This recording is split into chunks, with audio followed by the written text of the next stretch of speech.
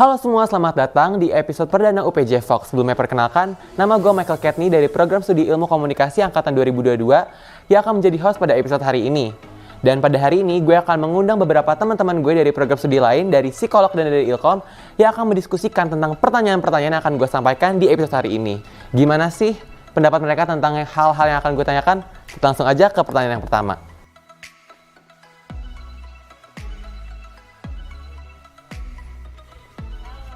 Halo teman-teman, nama gue Abdel, gue dari program studi Ilmu Komunikasi Angkatan 2022.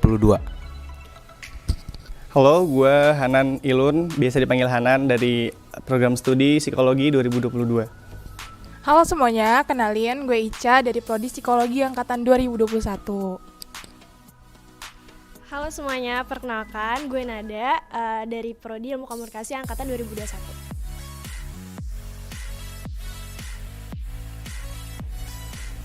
Gue dulu. Ya, boleh. Kalau gue pribadi sih lebih ke drama sama horor. Oke. Kalau gue lebih suka ke komedi sih, komedi sama sebenarnya drama nggak terlalu, tapi karena banyak yang bisa diambil dari genre drama tuh, jadi ya boleh lah drama sama komedi. Alasannya apakah milih genre itu? Sedangkan di dunia perfilman ini kan banyak banget genre-genre film yang bagus buat ditonton. Kenapa kalian pilihnya genre itu? Oke, mungkin kalau dari gue, kenapa gue suka genre komedi ya? Itu karena pertama tujuan kita nonton film itu kan untuk mencari hiburan ya, untuk entertain, dan ya karena genre film yang paling lucu dan yang paling menghibur adalah komedi, itu jadi gue bisa terhibur gitu loh dengan gue nonton film genre komedi. Kemudian kalau untuk yang drama, ya tadi karena di drama itu, di genre film drama itu kita bisa banyak banget ngambil nilai-nilai kehidupan dari film gitu sih kalau gue. Gue bingung.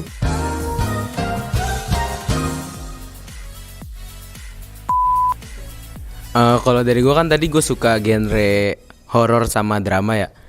Kalau drama sih emang gue kalau nonton film drama tuh emang menyentuh hati bro, menyentuh hati banget gitu. Makanya gue suka kayak alurnya gitu, gue suka. Nah kalau film horor kan gue juga hobi ke arah sinematik ya. Gue juga suka bikin film horor. Jadi kalau gue nonton film horor tuh gue suka gimana sih cara sutradara atau cara DOP tuh ngebangun, contoh lah ngebangun jumpscare gitu, ngebangun ketegangan dari yang awalnya dung duar gitu lah. Gitulah, ngerti lah maksud gue lah gitu. Ya itu dari gue. Gue suka romance, terus gue suka drama Korea. Itu aja sih, dua. Menurut gue suka itu.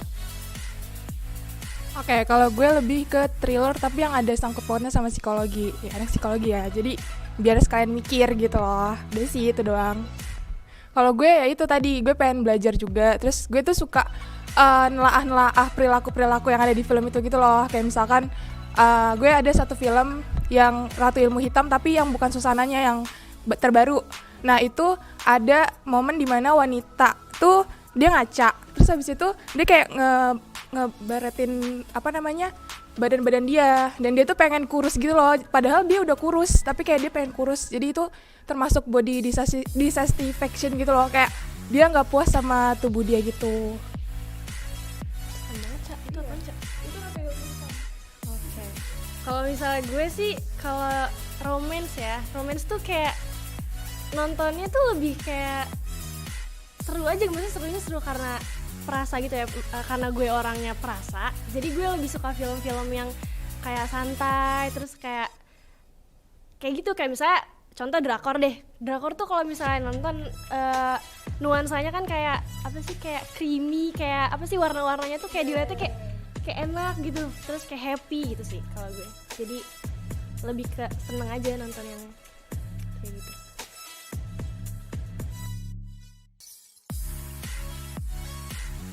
Kalau gue yang pertama pasti karena pemerannya. Saya pemerannya Han So-hee nih. Kan Han So-hee, maaf ya, Han So-hee kan cewek. Gue juga cewek. Bisa kayak gue ngeliat dia tuh kayak aduh cantik banget. Kayak gue kayak pengen jadi kayak dia, cuman gue berkerudung nggak bisa.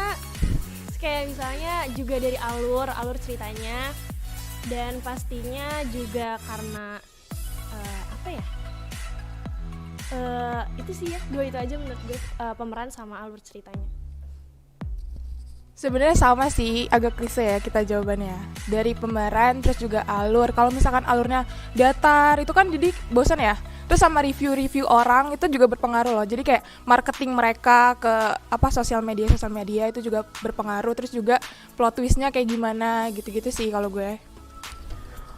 Kalau menyentuh hati penonton sih terutama dari alur. Dari alurnya, videografinya, ya aspek-aspek itulah. Terus kalau menurut gue kalau ketertarikan penonton buat nonton, kalau dari gue pribadi sih artisnya. Misal gue suka artisnya nih, oh kayaknya nih film bagus nih, gue tonton ke bioskop gitu kalau dari gue. Iya, kurang lebih jawabannya sama, tapi pengen nambahin aja sih. Kalau gue ya kebanyakan pengen minat sama film gitu, pengen nonton apa itu yang lihat dari pemerannya siapa. Itu sih yang lebih menarik gue untuk nonton suatu film tuh itu ngelihat dari pemerannya. Misal genre komedi kan nggak mungkin ya pemeran misalnya Iko Uwais disuruh main genre komedi ya bisa-bisa aja, cuma kan lebih cocok pemerannya misalnya kayak Ernest atau komika-komika yang lain gitu sih, lebih ke pemerannya. Kalau di samping itu juga alur cerita juga itu sebenarnya bisa menarik juga sih.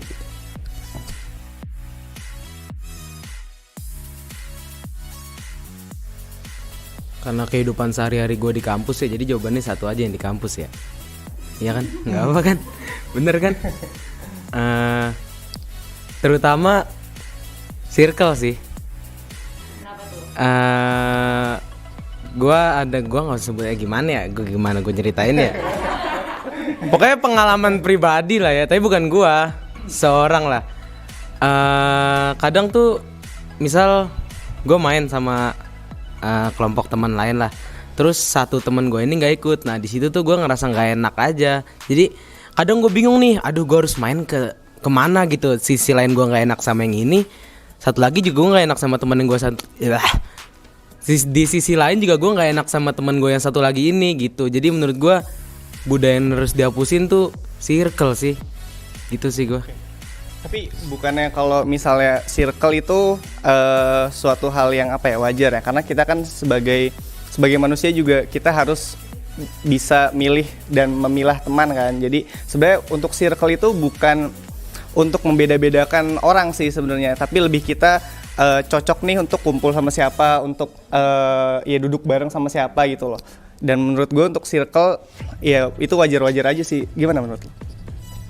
Sebenarnya sih selagi tujuannya baik ya, tuh bener-bener aja. Cuman harus ada sifat kayak misal lu ngelihat nih temen lu satu kayak ya kasarnya kayak nggak punya temen lah, lu ajak main gitu loh, rangkul, maksud gue tuh rangkul gitu, maksud gue tuh kayak gitu. Bukannya nggak ada circle-circlean kita main berdua bareng kemana bareng kan nggak mungkin juga sih sebenarnya. Tadi gue jawabnya gimana ya emang ya? Ya maaf ya. Kalau gue lagi udah gue belum kan kalau budaya yang harus dihilangkan mungkin di kehidupan sehari-hari aja sih, karena kalau di kampus ya paling budayanya ya itu aja, dari lingkungan pertemanan ya mainnya circle-circlean. Kemudian kalau dari kehidupan sehari-hari apalagi di rumah atau di lingkungan lain lah, di lingkungan di luar kampus itu ada dimana salah satu budaya yang itu sebenarnya nggak bagus, nggak terlalu bagus sih. Itu tuh ada di salah satu lingkungan gue, dimana dia sangat amat menjunjung tinggi lah nilai sopan santun, sampai-sampai kalau misalnya kita lewat di depan orang itu harus permisinya tuh nggak yang permisi gitu doang, tapi harus senunduk-nunduknya gitu. Nah itu menurut gue bahkan kalau perlu sujud gitu sih. Paling untuk budaya itu nggak terlalu bagus sih. Kita boleh sopan sama orang, menghargai orang, tapi jangan terlalu begitulah. Masa orang lewat harus sampai nunduk gitu. Mungkin yang dilewatin emang orang tua apa gimana? Iya, mungkin itu pengecualian sih. Kecuali kalau misalnya kita lewat di depan orang yang lebih tua. Nah itu kita boleh banget untuk nunduk. Biasanya sih itu kan bentuk dari sopan santun kita kan kepada orang yang lebih tua gitu. Kalau di kehidupan gue atau misalkan di lingkungan gue itu kesenjangan circle sih. Jadi misalkan circle yang menonjol banget tuh terlihat banget, tapi ntar circle yang terlihatnya kayak biasa-biasa aja tuh gabung gitu.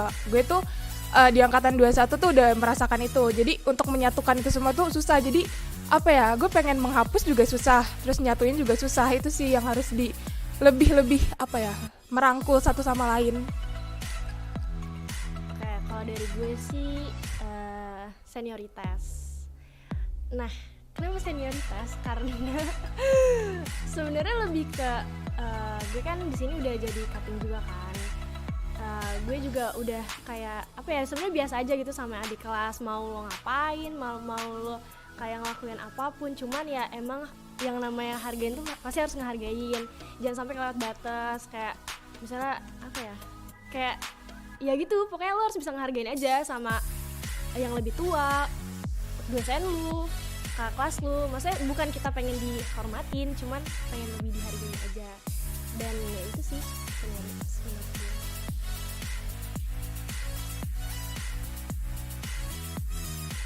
Kalau gue yang pertama pastinya teman yang bisa saling support, saling dukung satu sama lain juga. Ya itu sih, saling support. Karena kalau misalnya kita sebagai teman gak saling support, buat apa berteman dengan dia gitu. Menurut gue itu. Kalau lo gimana? Oke, kalau gue lebih ke sama punya tujuan, visi misi. Jadi misalkan nih, lo terjun di suatu organisasi, tapi teman-teman lo gak masuk organisasi, itu tuh rasanya udah beda banget. Jadi kayak pemikirannya udah beda, terus alurnya juga udah beda. Jadi gue pengennya tuh temen yang satu tujuan, satu visi misi, dan punya apa ya, ambisi yang sama gitu. Karena kalau misalkan nih lo ada di suatu kelompok dan lo punya ambisi yang paling tinggi, itu tuh rasanya capek banget. Sedangkan teman-teman lo tuh pada nyantai biasa aja gitu. Kayak gue yang nge-push mereka, gue yang apa ya, kayak nyodorin nih, lo harus kayak gini tuh kayak rasanya capek. Jadi gue untuk di semester 4 mungkin gue akan lebih belajar buat nyari teman yang kayak gitu. Karena sekarang ngerasanya tuh kayak belum ada yang cocok di gue gitu.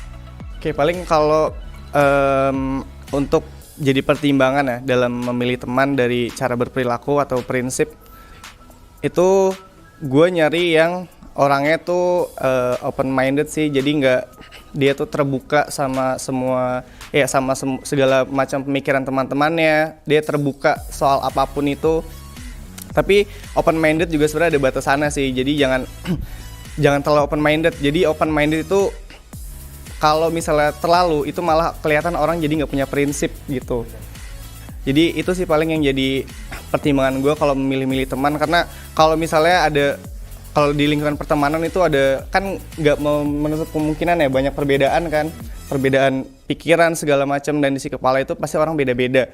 Nah kalau misalnya gue udah tahu nih orang nggak bisa nerima gue, dan ini orang pemikirannya pendek banget, dan ini orang nggak bisa nerima, nah itu biasanya gue akan jaga jarak sih. Bukan nggak mau berteman ya, cuma lebih kayak jaga jarak. Gue nggak bisa terlalu deketin sama lo gitu loh.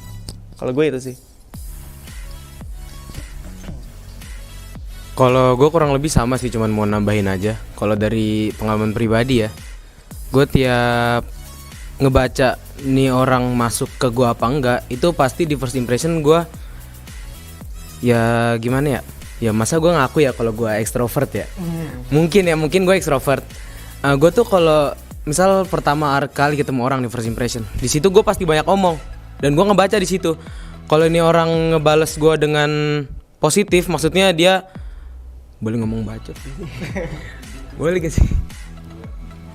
Bacot. Nggak apa. Kayak misal gue banyak bacot nih ke dia nih, terus dia bales kayak ya positif gitu, dia juga banyak bacot, gue caco nyambung.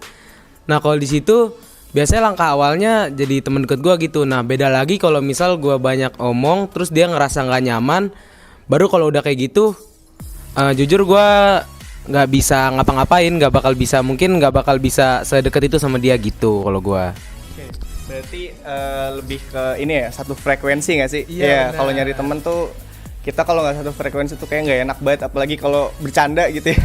Apalagi kalau bercanda, lepas, kan? Iya itu nggak lepas. Apalagi kalau misalnya kita orangnya receh banget, tapi temen kita selera humornya sangat tinggi, ya itu kan sangat tidak menyenangkan. Betul. Gitu.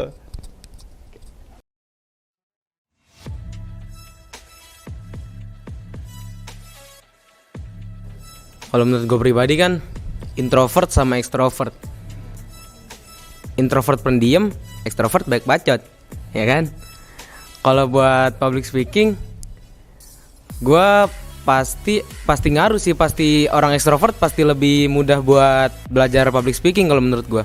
Karena di kehidupan sehari-hari aja kalau orang ekstrovert itu kan gampang banget bergaul ya. Dia sama orang baru juga ngomong lancar-lancar aja gitu. Beda lagi kalau sama anak introvert. Kalau orang nggak ngajak ngomong duluan, dia tuh kayak menutup diri gitu loh. Jangankan di kampus deh, diajak main keluarnya gitulah kalau anak introvert kan. Jadi menurut gua ngaruh banget sih ekstrovert sama introvert gitu. Menurut lu gimana? Oke, kalau berdasarkan pendapat gua, sebenarnya introvert sama extrovert tuh bisa jadi public speaker yang baik, dan kedua-duanya tuh punya kelebihan sama kekurangannya sih paling. Untuk yang introvert, dia bisa banget untuk jadi public speaker yang baik, public speaker yang baik. Oke, introvert bisa banget buat jadi public speaker yang baik kalau misalnya dia memang mau untuk belajar pertama dan dia punya jam terbang yang banyak gitu. Karena untuk public speaking ini yang paling dibutuhkan itu adalah jam terbang, iya nggak sih? Kalau misalnya kita belajar teori ya, teori cara ngomong di depan orang tuh kayak gini ya, harus menatap audiens segala macam. Tapi kalau misalnya dia nggak punya jam terbang, ya dia mau gimana cara untuk melatih itu kan? Untuk public speaking tuh butuh banget yang namanya jam terbang. Kalau misalnya orang introvert, dia lebih suka lebih punya banyak pengalaman gitu, lebih punya banyak jam terbang dari si extrovert ini. Nggak menutup kemungkinan juga dia bisa lebih baik gitu kemampuan public speakingnya dari si extrovert itu. Nah, dan untuk sebenarnya kelebihan si introvert ini dalam dalam public speaking itu, dia biasanya tuh lebih mateng. Kalau misalnya misal dia pengen membahas suatu topik tuh biasanya dia lebih mateng. Karena orang introvert tuh dia nggak asal ngomong lah kayak extrovert ya kan. Kalau extrovert kan Mungkin positifnya kalau extrovert sih lebih mudah lah, dia lebih gampang kalau extrovert tuh. Kalau extrovert tuh kan kalau misalnya ada topik ini ya dia bisa langsung ngomong gitu loh. Tapi kalau misalnya introvert kan dia harus disiapin dulu nih biar matang, gimana biar nggak salah ngomong segala macam itu sih.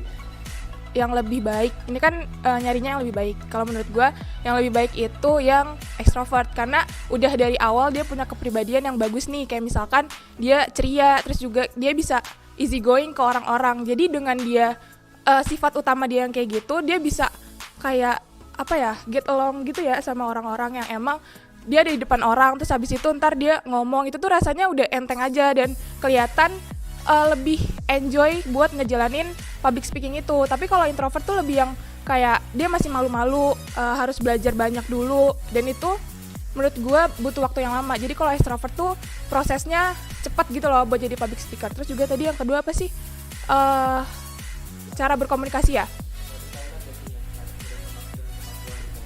Iya, berkaitan, karena misalkan nih extrovert, kita yang extrovert, kalau gue sendiri kan gue extrovert juga ya. Jadi gue kalau misalkan ke orang-orang yang belum gue kenal, kalau misalkan mereka nggak nge-reach out gue bisa nge-reach out mereka langsung gitu loh. Jadi dengan cara kita ceria, atau misalkan kita yang bisa nge-reach out orang, itu tuh berpengaruh sama cara berkomunikasi kita gitu. Kayak lu bisa dengan leluasa gitu loh buat ini. Kalau introvert kan kayak gue pengen nyapa dia tapi gue nggak bisa. Nah itu tuh berpengaruh gitu ke cara komunikasi kita gitu. Jawabannya udah dirangkum semua nih sama Ica.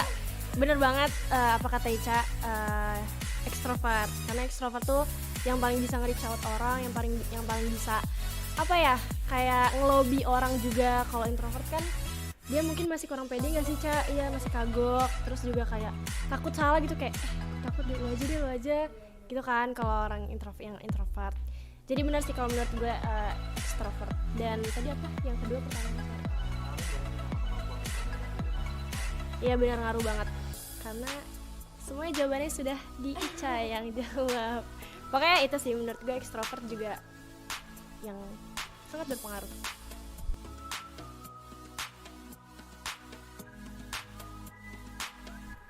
Kalau gue mendominasi sih, Kak. Gue mendominasi karena nggak tahu ya, kayaknya gue kalau menurut gue sendiri, gue ngerasa kayak kayak gue belum bisa deh jadi pemimpin. Tapi gue juga berusaha untuk mencoba belajar menjadi pemimpin gitu. Cuman gini, gue mau cerita sedikit ya. Gue kan masuk kelas B kan, gue tuh jauh dari teman-teman gue kayak, boleh gue sebutin gak sih? Oh nggak boleh. Terus gue kayak, aduh gue jauh banget nih dari teman-teman gue, dan pokoknya kelas gue tuh kayak benar-benar misah gitu kan. Terus gue kayak di kelas itu gue bener-bener yang jadi ngelit gitu loh. Sekarang gue jadi ngelit.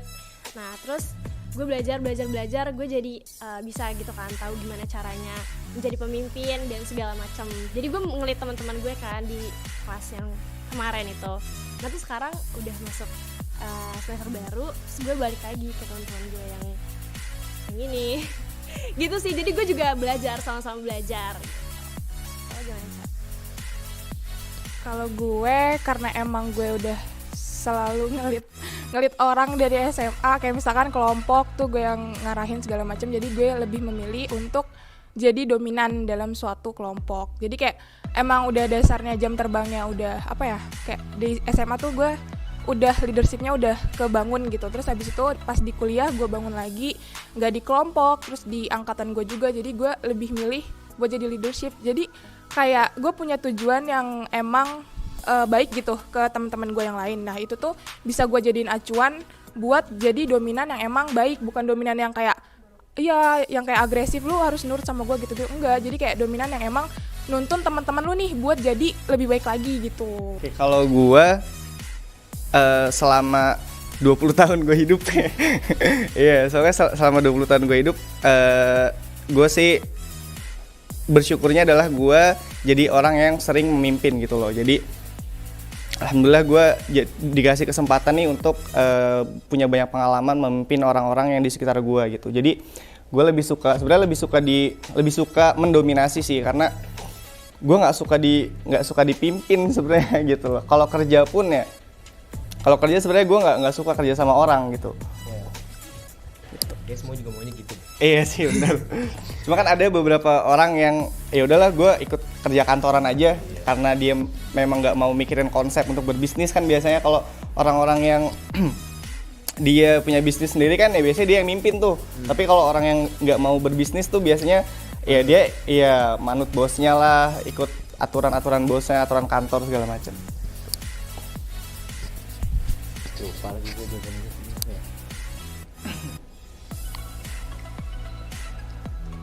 Oh ya. Kalau ditanya pengen apa tadi, dominasi sama didominasi ya. Kalau ditanya pengen apa di antara kedua itu, ya jelas gue pengennya dominasi. Tapi selama 18 tahun gue hidup,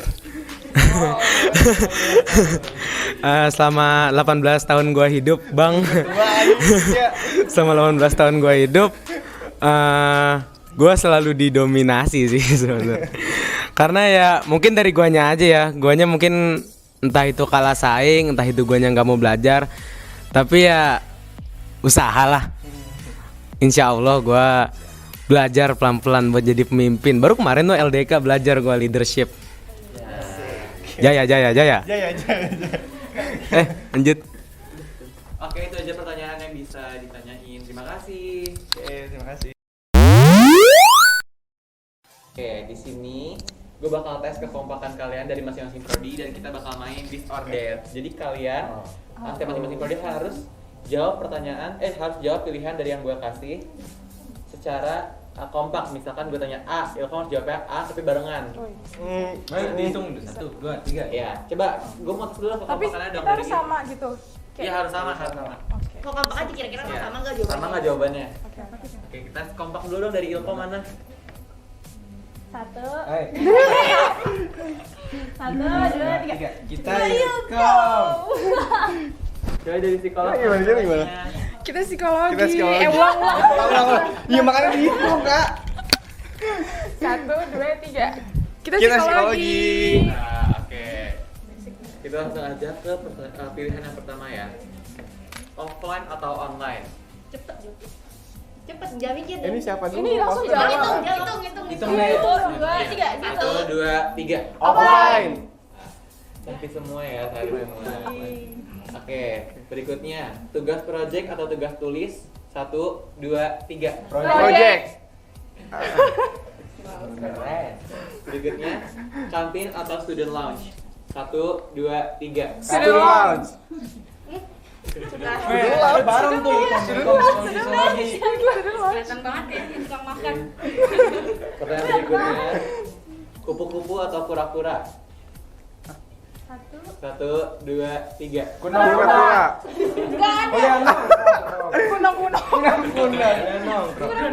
Agak rapat kagak Oke, berikutnya organisasi atau kerja. 1, 2, 3. Organisasi.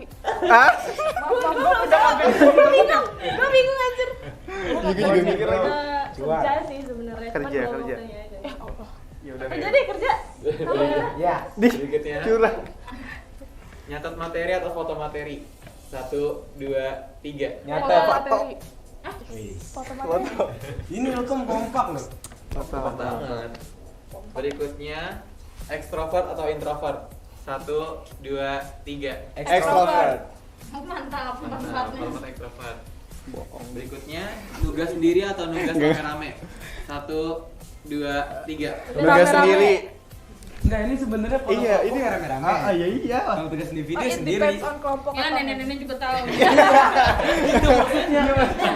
Kalau individu rame-rame Ya yang kalau dulu. maksudnya kan tugas yang secara pribadi kan bisa juga rame-rame.